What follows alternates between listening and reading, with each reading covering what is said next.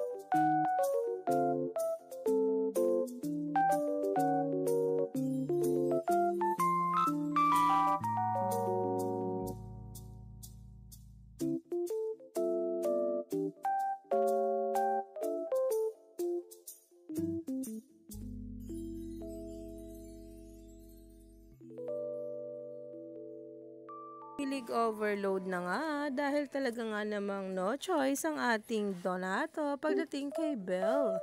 At talaga nga namang makikita mong meron talagang ibubuga itong si Donnie pagdating sa pagsasayaw.